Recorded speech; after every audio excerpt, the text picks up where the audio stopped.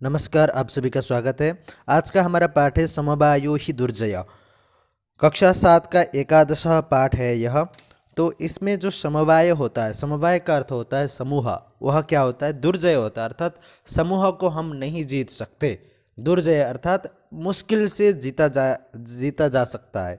ठीक है, तो इसमें भी कुछ ऐसा ही समूह है जिसके द्वारा एक बलवान और शक्तिशाली हाथी को हराया जाता है। तो चलिए पाठ को हम अच्छे से पढ़ते हैं और कहानी को समझते हैं। देखिए, एकस्मिन् वृक्षे एका चटका प्रतिवसति स्म। एक पूरा यानी पहले एकस्मिन् वृक्षे, एक वृक्ष में, एक पेड़ में, एका चटका अर्थात चटका का अर्थ होता है पक्षी। तो एक पक्षी प्रतिवसति स्म रहती थी। ठीक है, तो एक चिड़िया रहती थी उसमें। कालेन तस्याः संततिः जाता।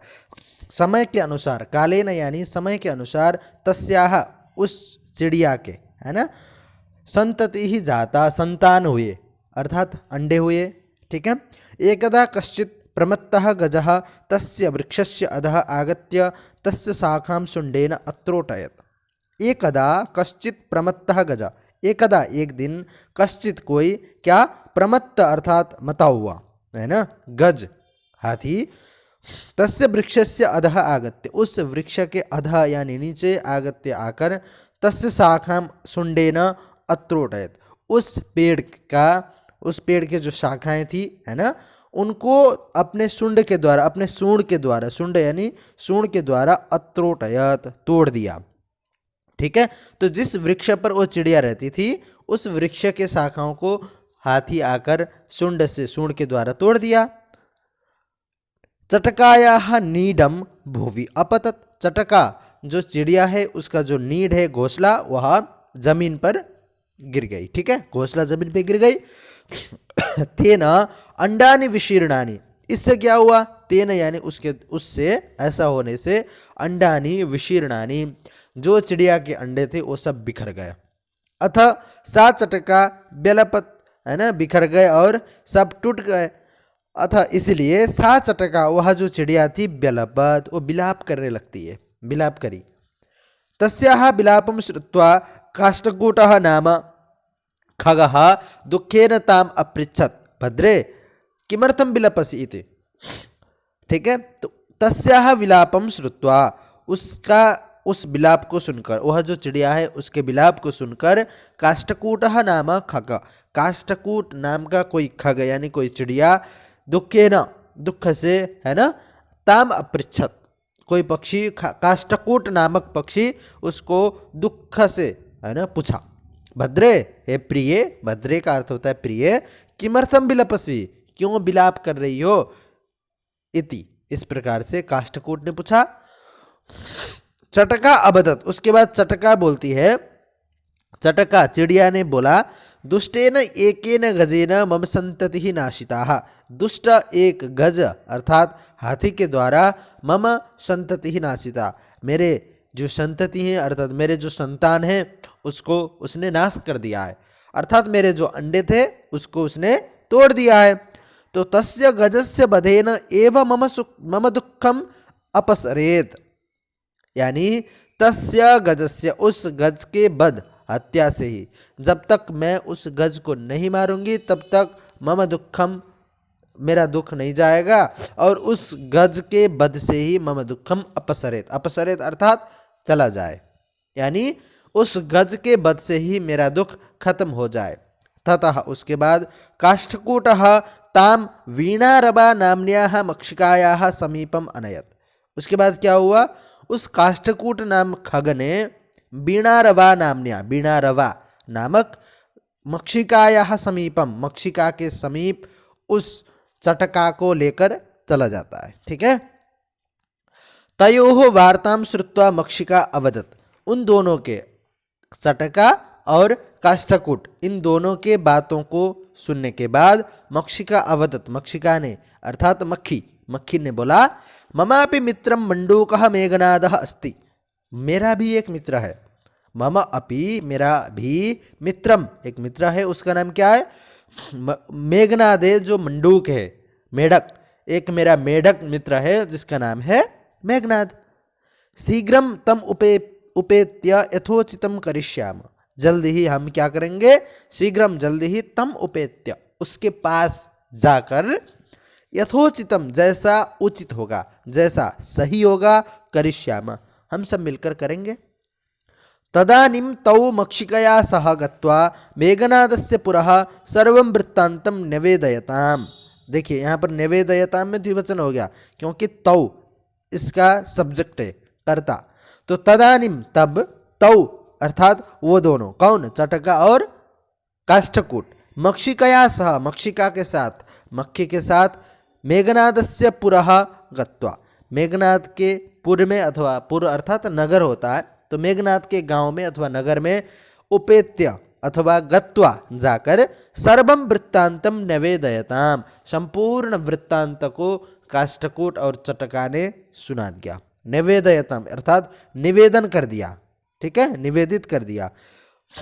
मेघनाद अवदत्, तभी क्या हुआ, मेघनाद अर्थात जो मंडूक था उसने बोला, यथा अहम कथयामि तथा कुरुतम, ठीक है, यथा अहम कथयामि जैसा मैं करता हूँ, कहता हूँ, यथा जैसा, अहम कथयामि मैं कहता हूँ, तथा वैसा कुरुतम तुम सब लोग करो, ठीक है। मक्षी के प्रथमम तम मध्यान्हे तस्य गजस्य कर्णे शब्दम कुरु। अब जो मेघनाद है मंडूक, ठीक है, वह कहता है प्रथमे सबसे पहले, हे मक्षिके, हे मक्षिका, प्रथमम, ठीक है, सबसे पहले, त्वम मध्यान्हे तस्य गजस्य कर्णे शब्दम कुरु, तुम जो है मध्याह्न में, दिन के मध्याह्न में क्या करोगे, क्या करोगी कि तस्य गजस्य कर्णे उस हाथी के कान में जाकर शब्दम कुरु, शब्द करना है ना। मक्खी तो आवाज करती है कान में जाकर घूं करके, तो वही कह रहा है मेघनाद, मंडूक अर्थात मेढक कह रहा है मक्षिका से, मक्खी से कि मक्खी तुम कल दिन में हाथी के कान में जाना, कान के पास जाना और वहाँ पर जाकर घूं करके आवाज करना। ये न सह नयने निमील्य स्थास्यति, इससे क्या होगा कि जब तुम कान में जाकर के घूं करोगी तो वह अपनी आंखों को बंद कर लेगा। सह नयने निमील्य स्थास्यति, वह अपनी आंखों को बंद करके बैठेगा। तदा तभी क्या होगा, काष्ठकूट जिसका चोंच एकदम लंबा है ना, तो तभी सह नयने निमील्य स्थास्यति, वह अपने आंखों को बंद करके बैठेगा, है ना। तो तदा तभी काष्ठकूटः चंच्वा तस्य नयने स्फोटयिष्यति, और जो काष्ठकूट नामक पक्षी है वह क्या करेगा, तस्य, है ना, चंचुआ यानी अपनी चंचू के द्वारा, चोंच के द्वारा, तस्य उस गज के, नयने दोनों आंख, नयने द्विवचन है, नयनम नयने नयनानी, तो नयने यानी दोनों आंखों को स्फोटयिष्यति फोड़ देगा, ठीक है। कहने का मतलब है कि पहले तो मक्खी जाएगी और कान में आवाज करेगी घूं करके, उसके बाद आंख बंद करेगा, वो जैसे आंख बंद करेगा काष्ठकूट जाएगा और उसके आंखों को फोड़ देगा दोनों को, है ना, बाहर से चोंच से जोर से मारेगा, फूट जाएंगे। एवं सह गजः अंधः भविष्यति, एवं इस प्रकार से सह वह गज, अंधः भविष्यति अंधा हो जाएगा, अंधा हो जाएगा, ठीक है। उसके बाद जब अंधा हो जाएगा तो उसको बहुत प्यास लगेगी, है ना। जब हम घबराते हैं, जब हमें घबराहट होती है तो हमें प्यास लगती है ना, बहुत ज़्यादा, तो वैसे ही उसको भी होगा, वो घबरा जाएगा।